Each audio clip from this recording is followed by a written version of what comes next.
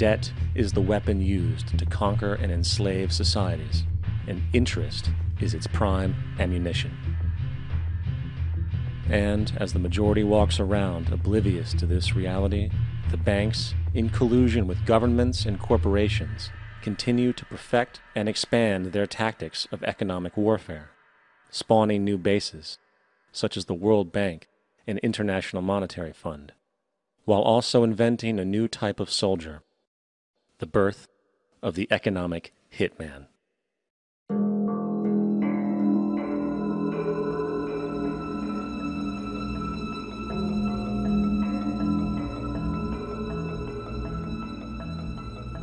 We economic hitmen really have been the ones responsible for creating this first truly global empire. And we work many different ways.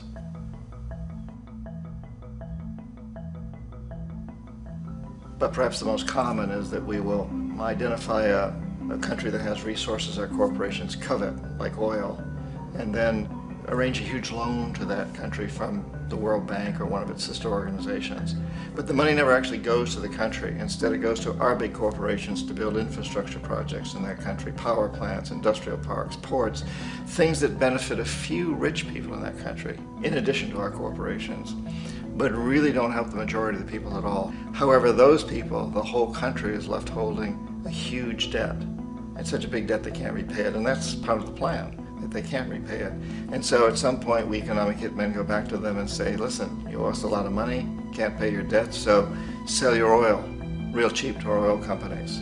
Allow us to build a military base in your country, or send troops in support of ours to someplace in the world like Iraq, or vote with us on the next UN vote. To have their electric utility company privatized and their water and sewage system privatized and sold to U.S. corporations or other multinational corporations. So there was that whole mushrooming thing, and it's so typical of the way the IMF and the World Bank work, that you put a country in debt, it's such a big debt it can't pay it, and then you offer to refinance that debt and pay even more interest. And you demand this quid pro quo, which you call a conditionality or good governance, which means basically that they've got to sell off their resources, including many of their social services, their utility companies, their school systems sometimes, their penal systems, their insurance systems, to foreign corporations. So it's a double, triple, quadruple whammy. The precedent for economic hitmen really began back in the early 50s when democratically elected Mossadegh, who was elected in Iran, he was considered to be the hope for democracy in the Middle East and around the world. He was Time Magazine's Man of the Year. But one of the things that he'd run on and began to implement was the idea that foreign oil companies needed to pay the Iranian people a lot more for the oil that they were taking out of Iran. The Iranian people should benefit from their own oil. Strange policy. We didn't like that, of course. But we were afraid to do what we normally were doing, which was to send in the military. Instead, we sent in one CIA agent, Kermit Roosevelt, Teddy Roosevelt's relative. And Kermit went in with a few $1 million and was very, very effective and efficient. And in a short amount of time, he managed to get Mossadegh overthrown and brought in the Shah of Iran to replace him, who always was favorable to oil. And it was extremely effective. Mobs overflow Tehran. Army officers shout that Mossadegh has surrendered and his regime as virtual dictator of Iran is ended. Pictures of the Shah are paraded through the streets as sentiment reverses. The Shah is welcomed home. So back here in the United States, in Washington, people looked around and said, wow, that was easy and cheap. So this established a whole new way of manipulating countries, of creating empire. The only problem with Roosevelt was that he was a card-carrying CIA agent, and had he been caught, the ramifications could have been pretty serious. So very quickly at that point, the decision was made to use private consultants to channel the money through the World Bank or the IMF or one of the other such agencies, to bring in people like me who worked for private companies, so that if we got caught, there would be no governmental ramifications.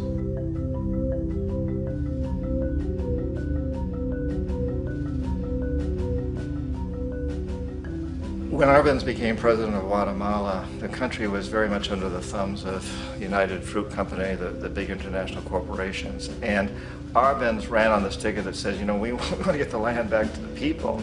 And once he took power, he was implementing policies that would do exactly that, give the land rights back to the people. United Fruit didn't like that very much. And so they hired a public relations firm, launched a huge campaign in the United States to convince the United States people, the citizens of the United States, and the press of the United States, and the Congress of the United States, that Arbenz was a Soviet puppet, and that if we allowed him to stay in power, the Soviets would have a foothold in this hemisphere. And that at that point in time was a huge fear on everybody's mind, the Red Terror, the Communist terror. And so, to make a long story short, out of this public relations campaign came a commitment on the part of the CIA and the military to take this man out.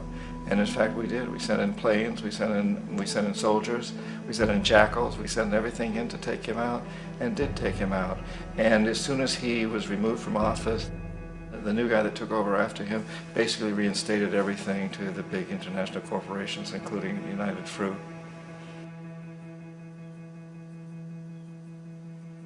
Ecuador for many, many years had been ruled by pro-US dictators, often relatively brutal.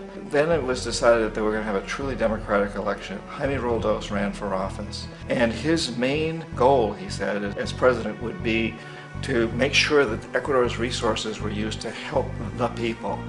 And he won, overwhelming, by more votes than anybody had ever won anything in Ecuador.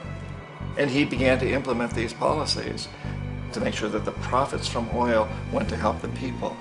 Well, we didn't like that in the United States. I was sent down as one of several economic hitmen to change Roldos, to corrupt him, to bring him around, to let him know, you know, okay, you know, you can get very rich, you and your family, if you play our game, but if you continue to try to keep these policies you've promised, you're going to go. He wouldn't listen. He was assassinated. As soon as the plane crashed, the whole area was cordoned off. The only people allowed in were U.S. military from a nearby base and some of the Ecuadorian military. When an investigation was launched, two of the key witnesses died in car accidents before they had a chance to testify. A lot of very, very strange things that went on around the assassination of Jaime Roldos. I, like most people who've really looked at this case, have absolutely no doubt that it was an assassination. And of course, in my position as an economic hitman, I was always expecting something to happen to Jaime, whether it be a coup or assassination, I wasn't sure, but that he would be taken down because he was not being corrupted. He would not allow himself to be corrupted the way we wanted to corrupt him.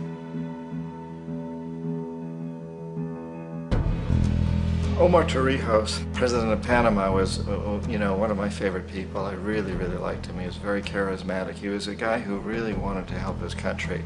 And when I tried to bribe him or corrupt him, he said, look, John, he called me Juanito. He said, look, Juanito, I don't need the money.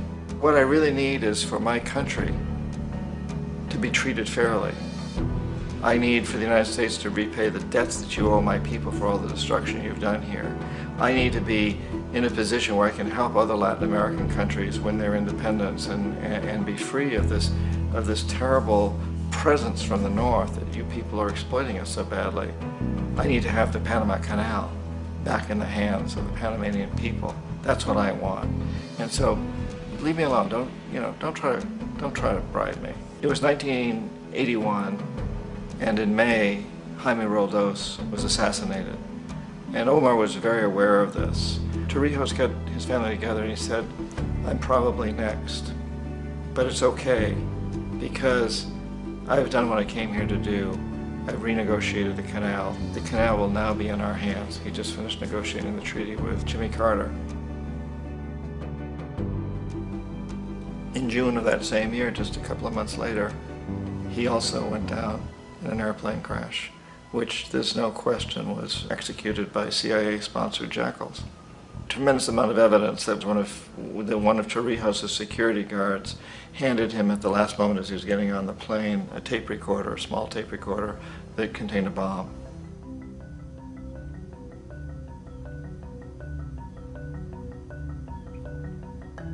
It is interesting to me how this system has continued pretty much the same way for years and years and years, except the economic hitmen have got better and better and better. Then we come up with, very recently, what happened in Venezuela. In 1998, Hugo Chavez gets elected president, following a long line of presidents who had been very corrupt and basically destroyed the economy of the country. And Chavez was elected amidst all that. Chavez stood up to the United States, and he's done it primarily demanding that Venezuelan oil be used to help the Venezuelan people. Well, we didn't like that in the United States. So in 2002, a coup was staged, which there's no question in my mind, and most other people's minds, that the CIA was behind that coup.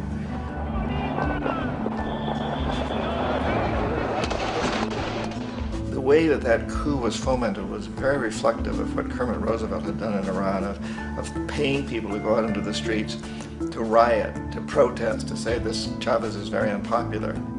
You know, if you can get a few thousand people to do that in television, can make it look like it's the whole country, and things start to mushroom. Except in the case of Chavez, he was smart enough, and the people were so strongly behind him that they overcame it, which was a phenomenal moment in the history of Latin America.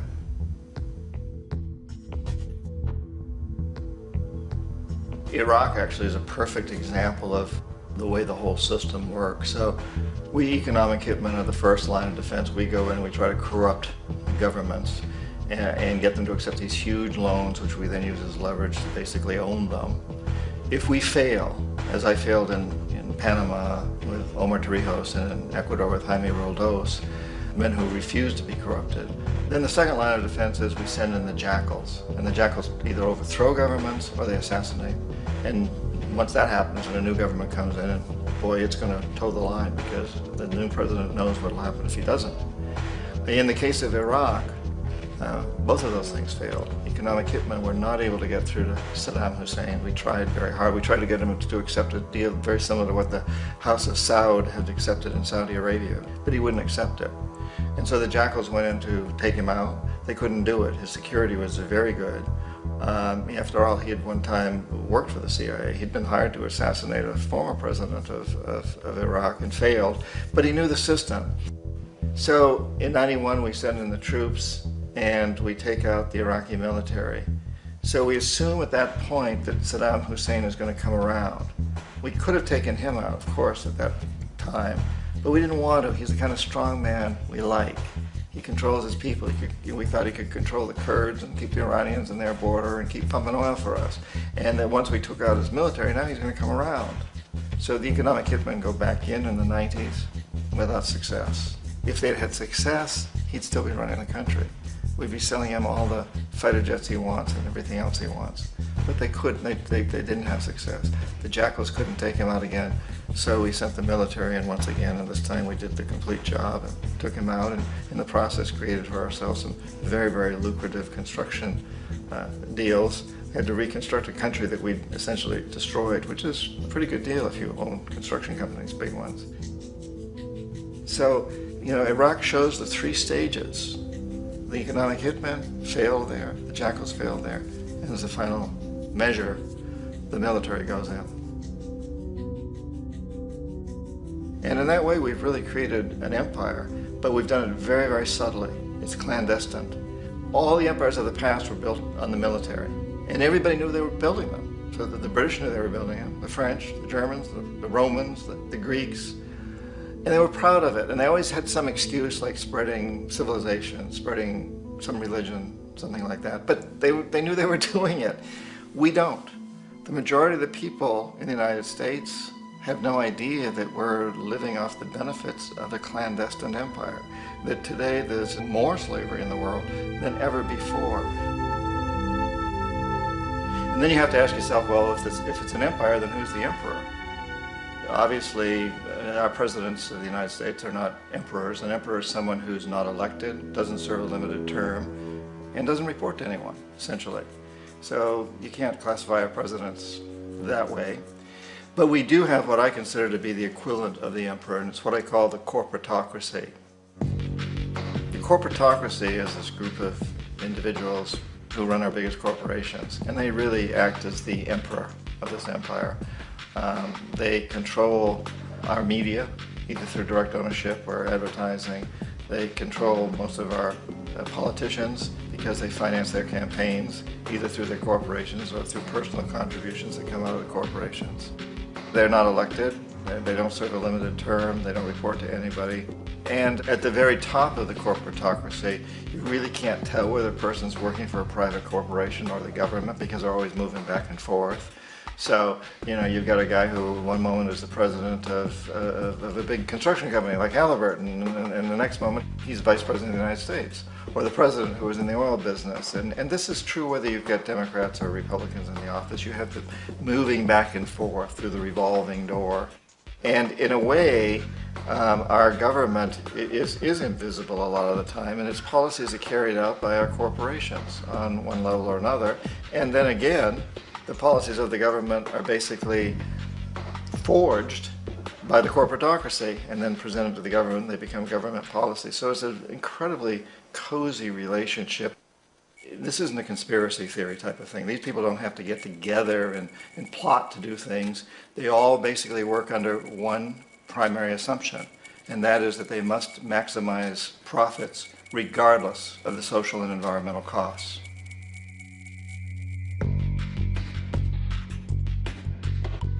This process of manipulation by the corporatocracy through the use of debt, bribery, and political overthrow is called globalization. Just as the Federal Reserve keeps the American public in a position of indentured servitude through perpetual debt, inflation, and interest, the World Bank and IMF serve this role on a global scale.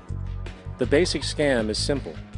Put a country in debt either by its own indiscretion or through corrupting the leader of that country, then impose conditionalities or structural adjustment policies, often consisting of the following. Currency devaluation. When the value of a currency drops, so does everything valued in it. This makes indigenous resources available to predator countries at a fraction of their worth. Large funding cuts for social programs. These usually include education and healthcare, compromising the well-being and integrity of the society, leaving the public vulnerable to exploitation. Privatization of state-owned enterprises. This means that socially important systems can be purchased and regulated by foreign corporations for profit. For example, in 1999, the World Bank insisted that the Bolivian government sell the public water system of its third largest city to a subsidy of the U.S. corporation Bechtel. As soon as this occurred, water bills for the already impoverished local residents skyrocketed. It wasn't until after a full-blown revolt by the people that the Bechtel contract was nullified. Then there is trade liberalization, or the opening up of the economy through removing any restrictions on foreign trade. This allows for a number of abusive economic manifestations, such as transnational corporations bringing in their own mass-produced products, undercutting the indigenous production and ruining local economies. An example is Jamaica, which, after accepting loans and conditionalities from the World Bank, lost its largest cash crop markets due to competition with Western imports. Today, countless farmers are out of work, for they are unable to compete with the large corporations. Another variation is the creation of numerous, seemingly unnoticed, unregulated, inhumane sweatshop factories, which take advantage of the imposed economic hardship. Additionally, due to production deregulation, environmental destruction is perpetual, as a country's resources are often exploited by the indifferent corporations while outputting large amounts of deliberate pollution. The largest environmental lawsuit in the history of the world today is being brought on behalf of 30,000 Ecuadorian Amazonian people against Texaco, which is now owned by Chevron. So today it's against Chevron, but for activities conducted by Texaco. Estimated to be more than 18 times what Exxon Valdez dumped into the coast of Alaska. In the case of Ecuador, it wasn't an accident. The oil companies did it intentionally. They knew they were doing it to save money out there rather than arranging for proper disposal.